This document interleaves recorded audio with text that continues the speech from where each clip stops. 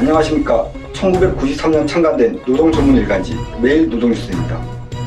매일노동뉴스는 대학 교수가 설립한 스타트업 회사에서 제자인 직원을 상대로 벌인 엽기적인 노동 착취와 상습적인 폭행, 폭언 음성을 입수해 폭로하고자 합니다. 심각한 폭언과 욕설, 다소 자극적인 피해 장면이 나오니 시청자분들의 주의를 부탁드립니다.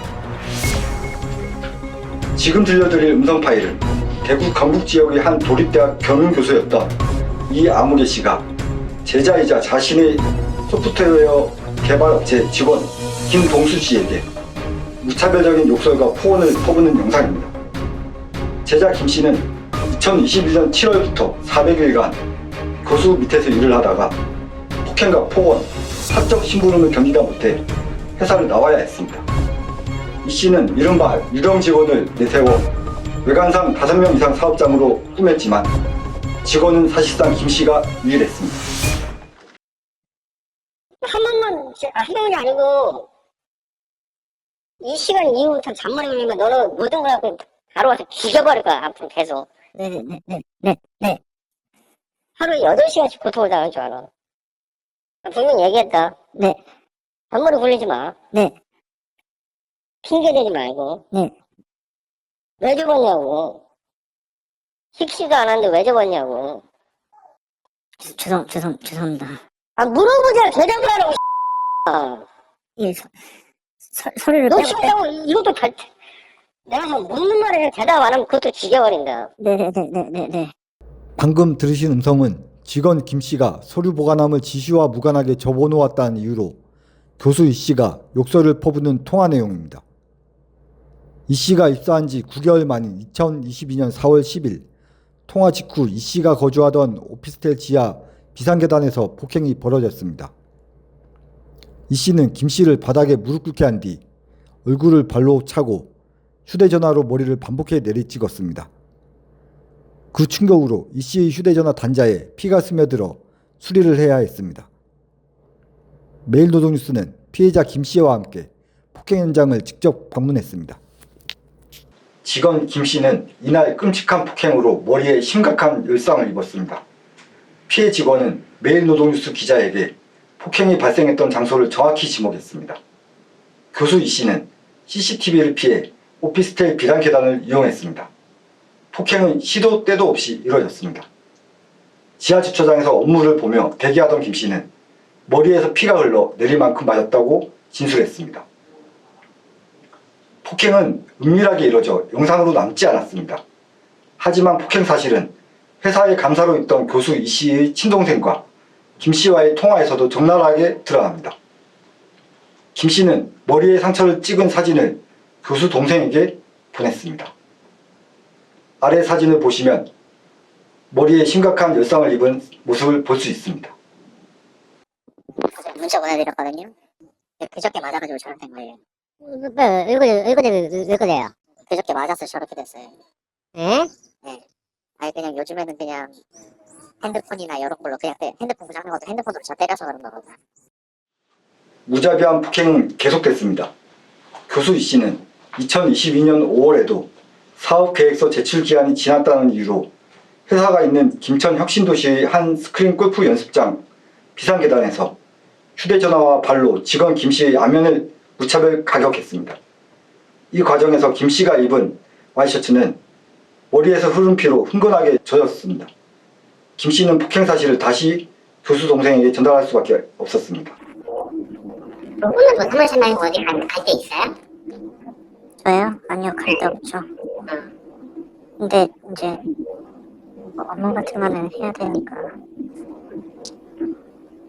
진짜 좀 많이 묻었죠.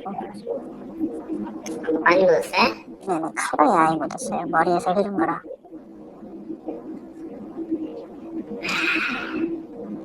한 방울 이렇게 튄 게 아니라 그냥 물들어가지고.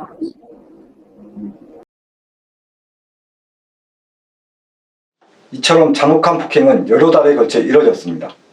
이 씨는 제자이자 직원인 김 씨를 마치 물건과 같이 다뤘습니다. 자신의 지시에 약간이라도 못 미칠 때는 물론이고 사적인 심부름을 제대로 하지 않았을 때도 폭언과 욕설을 일삼았습니다. 부모님을 빗대어 심각한 인격 모독을 하기도 했습니다.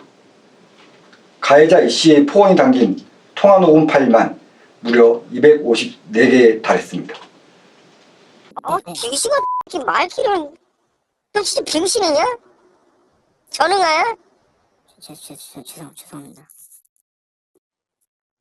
빨리 얘기해.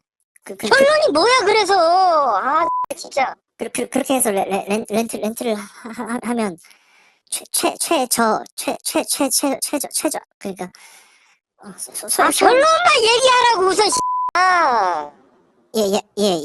약 260만 원 정도의 렌트비가. 아니 결론으로 얘기하라고 빙신.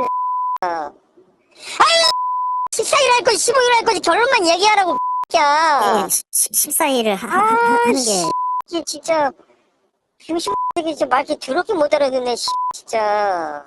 14일을 렌트하는 것이 가장 15일 할 거지 14일 할 거지 14일 플러스 1을 할 거지 결론만 얘기하라고 야이 멍청이마. 내가 지금 밟아버리려니까 진짜 대갈통 깨버리려니까 진짜. 시간 없어 근데 미친 진짜. 더더우면 가서 진짜 죽여버린다. 방금 들으신 음성은 이 씨가 미국의 대학원 연수차 머무를 때 김 씨에게 렌터카를 알아보라고 윽박 지르는 내용 중 극히 일부입니다. 당시 이 씨는 미국 교통편을 1시간마다 보고하라고 지시했습니다. 한국 시각으로 밤 늦은 시간까지 이 씨 본인이 자는 시간을 빼면 계속 전화로 스케줄에 관한 지시를 내렸습니다. 김 씨는 잠을 잘 수가 없었습니다. 너 지금 장난해? 아닙니다. 어? 내가 어저께도 뭐라 그랬어? 못하는 거 있으면 남한테 돈 주고 부탁을 하더니 어? 나 뭐라 그랬어? 문단 띄어쓰기도 못하고 그거 하나 했다고 하나는 만 갖고 왔니? 어? 하루 종일 해갖고? 어? 어? 대답 안 해? 네, 도착했습니다. 이 얘기 아니야. 얘가 냄새 나는 거라고 왜 차에서 내릴 때 뭐 귀신아 이 얘기하고 있는 거 아니야. 죽여버리니까 진짜 이 죽을래? 아닙니다. 죄송합니다. 그래 저번에도 그 상식적으로 생각하면 네가 그 남의 집 주차장에 계속 서 있는데 이 안 들어가니까 진짜 차 안에 있으라고 얘기했잖아 아까. 왜 쉬고 왔습니다. 꺼져 그 임명이나 하고 있어 멍청한 새끼. 네. 꺼지라고 임명이나 하라고 이 빙신 같은 새끼. 네. 심각한 폭언은 반복해서 계속됩니다.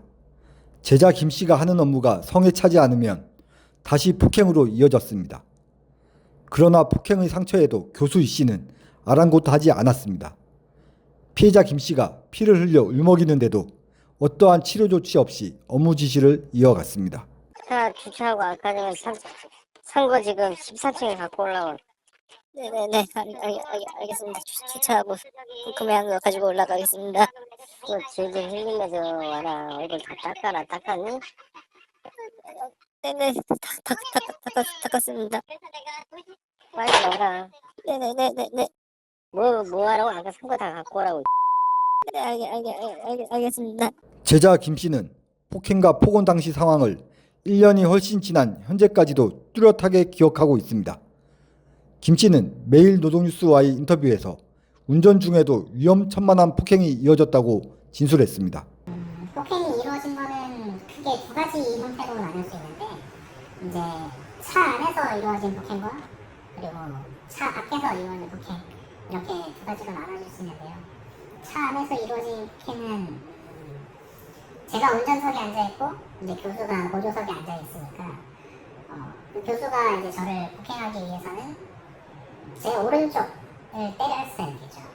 그러니까 보통 휴대폰을 가지고 머리를 내려 찢는다거나 본인이 신고 있던 신발을 벗어서 뺨을 때린다거나 아니면은 옆에서 주먹을 휘둘러서 뭐 때린다거나 이런 형태의 폭행이 있었고요.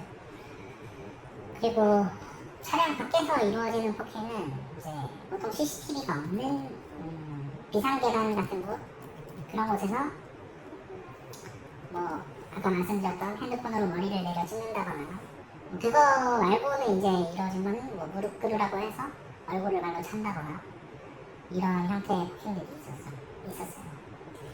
무자비한 폭행과 폭언의 증거들이 넘치는데도 교수 이 씨는 오히려 피해자 김 씨 측을 협박했습니다. 김 씨는 2022년 10월 노동청에 진정합니다.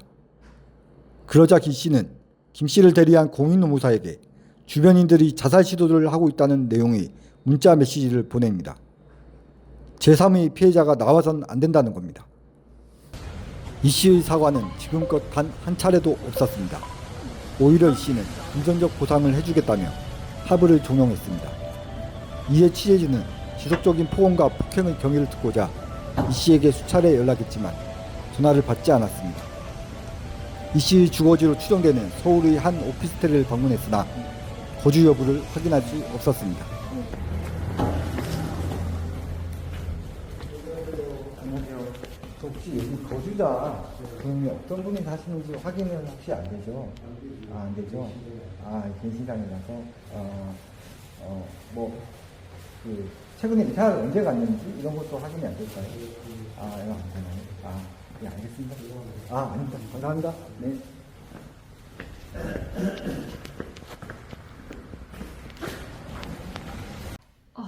제가 그 지정학 찔리고 활동이 출범 당시부터 지금까지 이제 거의 한 7년 가까이 일을 했는데요. 지금까지 봤던 사건 중에 정말 손에 꼽을 만큼 너무 심각한 사건이에요.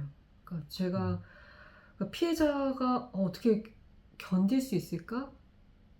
좀 가늠이 잘 안 될 정도로 매우 심각한 사건이고, 사실상 그 사업주가 1인 대표 체제에서 직원을 자기 뭐 머슴처럼 노예처럼 정말 부렸던 사건이고, 그러면서 직원을 가스라이팅하고 빠져나갈 수 없게끔 억압하면서 일을 시킨 정말 악질 중에 정말 최악질 사건 아닌가 싶습니다. 가해자는 반드시 이거 징역형 실형 선고받아 마땅하다라는 생각이 들어요. 그러니까 보통 보면은 직장 내 괴롭힘과 관련해서도 그렇고 근로기준법에 이제 각종 규정 위반을 했을 때 어느 정도 형량이 적정한가에 대해서 개인적으로 사실 의견 내기가 늘 조심스러웠는데, 이 사안은 이거는 반드시 그 실형 선고받아야 된다, 가해자 반드시 실형 선고받아야 마땅한 사건이다라고 생각을 했고, 그거는 그 누구라도 이 사건을 알면은 비슷한 생각을 하지 않을까 생각을 했습니다.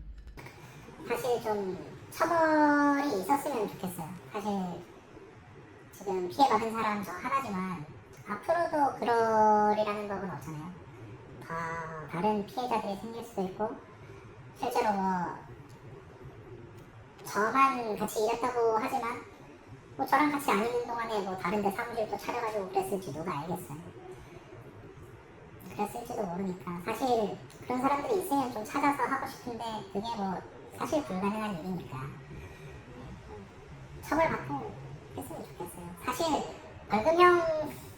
벌금형보다도 저는 그냥 거의 감옥에 들어갔으면 좋겠어요.